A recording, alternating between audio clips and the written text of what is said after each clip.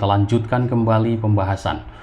Di dalam kasus Subang ini sudah begitu banyak sekali ratusan saksi dan juga ratusan barang bukti yang sudah disita oleh pihak kepolisian. Namun yang kita ketahui, adakah sekian banyak para saksi yang sudah dipanggil pihak kepolisian dari dulu sampai sekarang, baik dari Polsek, baik oleh Polres, baik oleh Polda Jawa Barat? Apakah mereka itu benar-benar memberikan sebuah keterangan yang real, yang mereka ketahui, yang mereka tahu dalam hal sebuah kasus ini? Karena yang kita simak, banyak sekali saksi baru bermunculan sesudahnya Yosep dan juga Ramdhanu atau Ibu Mimin dan juga kedua anaknya dijadikan tersangka. Nah, waktu itu sebelum ada tersangka, sepi sekali adanya saksi baru.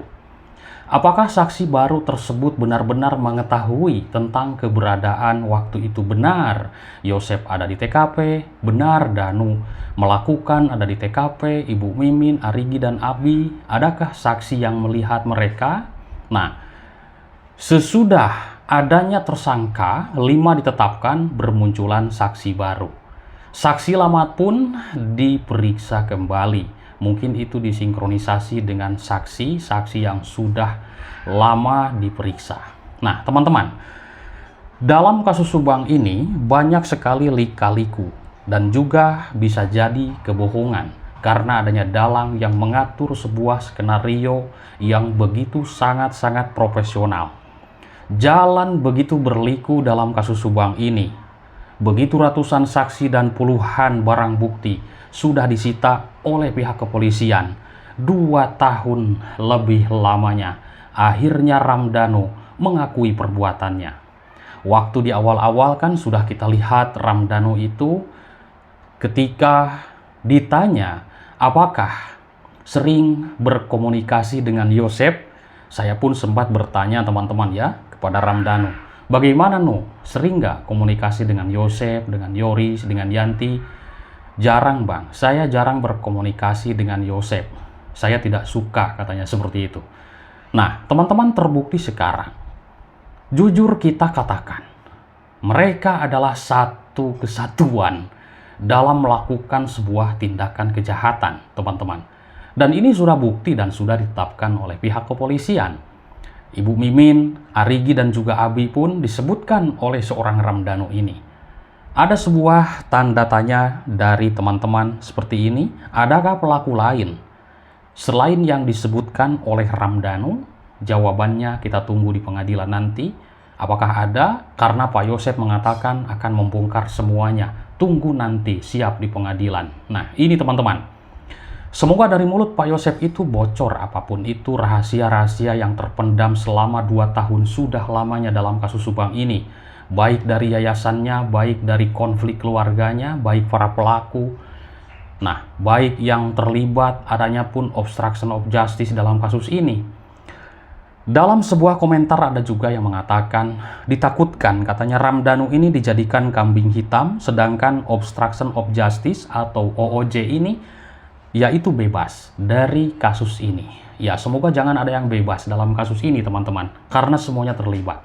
Baik tugasnya masing-masing, ya nanti hukumnya pun sesuai dengan apa yang mereka lakukan. Ya mungkin nanti para eksekutor atau dalang itu akan berat sekali hukumannya. Butuh waktu 2 tahun bagi Polda Jabar atau pihak kepolisian dalam mengungkap sebuah kasus pembunuhan ibu dan anak di Subang ini.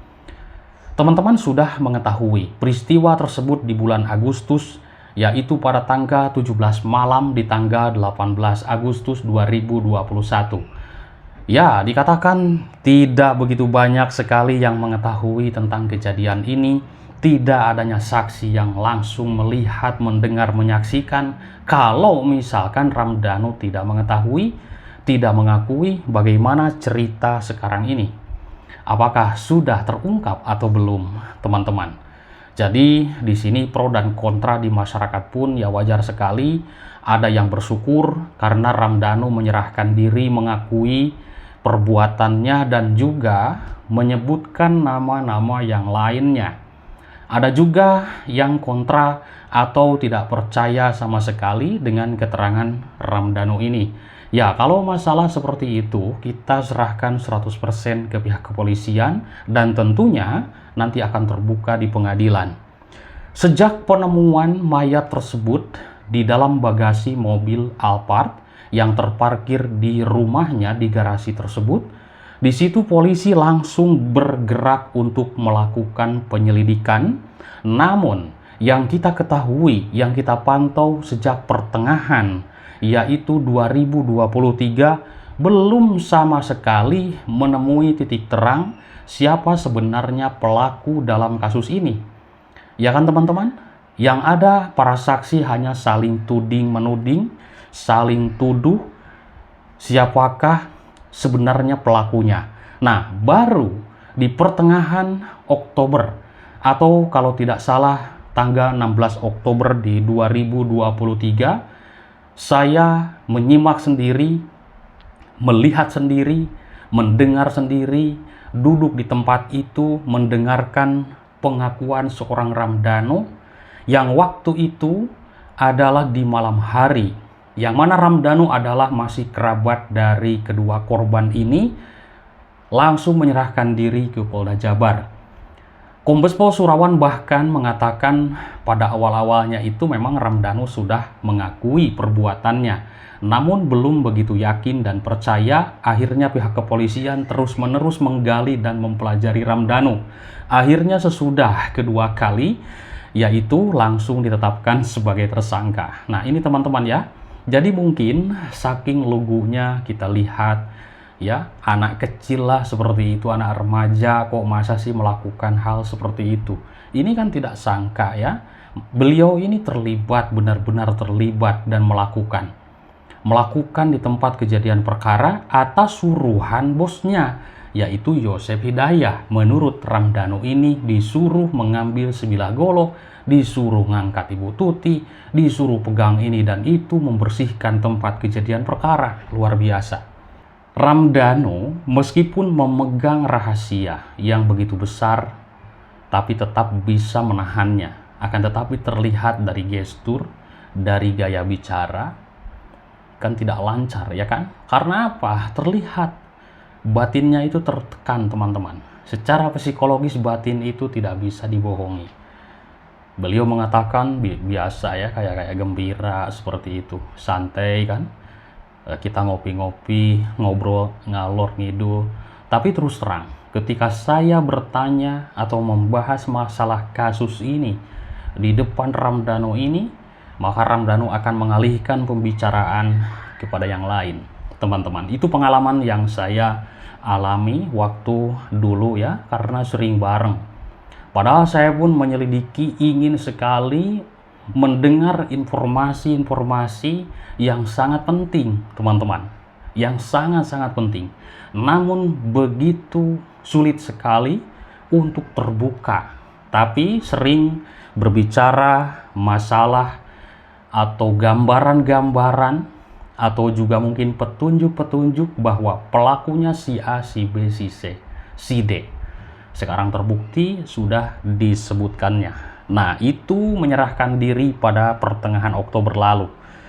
Dhanu mengaku terlibat dalam kasus ini dan berada di lokasi tempat kejadian perkara saat peristiwa berdarah sadis terjadi. Ini kan kalau orang normal ya, melihat kejadian seperti itu, harusnya jangan membantu. Lari ke kemana, minta tolong ke tetangga, atau mungkinkah dikasih duit yang begitu besar sehingga mau melakukan apapun. Atau bisa jadi kita kan sudah mengetahui seorang Ramdhanu ini kan bekerja di keluarga Yosef Hidayah di sebuah yayasan, digaji ya kan.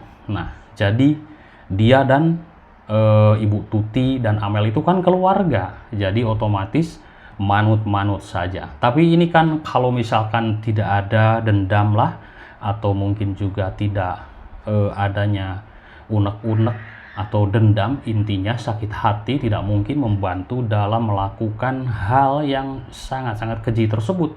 Harusnya menolak atau bagaimana. ini malah membantu, ya kan? Nah, ini pun kesalahan besar teman-teman. Bisa saja kan berlari kemana kek, minta tolong tetangga, seperti itu. Nah, sesudah Ramdhanu menyerahkan diri, berbekal keterangan dari Ramdhanu dan juga barang bukti mungkin yang sudah komplit, Direktorat Reserse Kriminal Umum Ditreskrimum Polda Jabar Kombes Pol Surawan gelar perkara akhirnya dan menetapkan 5 tersangka dalam kasus Subang tersebut, Pak Yosep, Ibu Mimin, Ramdhanu, dan juga kedua anaknya Ibu Mimin. Nah, tapi sampai sekarang banyak sekali memang masyarakat juga yang bertanya, ketiga tersangka ini belum juga ditahan, kenapa? Ini urusan kepolisian. Ya kan, siapa tahu nanti tiba-tiba dijemput, kalau sudah bukti-bukti yang sangat akurat, dan nanti pun akan dihadirkan di persidangan tentunya. Nah, selama 2 tahun lalu, penyidik kasus Subang, polisi sudah memeriksa begitu banyak saksi, 54 orang, dan sejumlah saksi ahli, seperti waktu itu Profesor Dr. Nandang Sambas, Profesor Sigit, ya kan? Ini ahli pidana semua, dan juga turun dokter forensik, Dr. Ibu Sumi Hasri. Ini sudah turun semuanya untuk meneliti, memproses kasus Subang ini. Begitu alot sekali dan begitu lama sekali. Nah, selain itu, terdapat juga ratusan saksi dan juga ratusan barang bukti yang sudah diamankan dalam kasus Subang ini. Total adanya 228 barang bukti, serta telah dilakukan 5 kali olah tempat kejadian perkara. Luar biasa kasus Subang ini. Kasus tersulit, terlama, banyak cerita, karena salah satunya adalah dalang yang sangat profesional dalam membuat sebuah cerita dan kebohongan atau skenario agar jangan sampai terungkap. Terima kasih teman-teman, intinya kita semangat terus dalam mengikuti kasus Subang ini sampai tuntas. Semangat, salam sehat untuk semuanya, mohon maaf, dan terima kasih, bye-bye.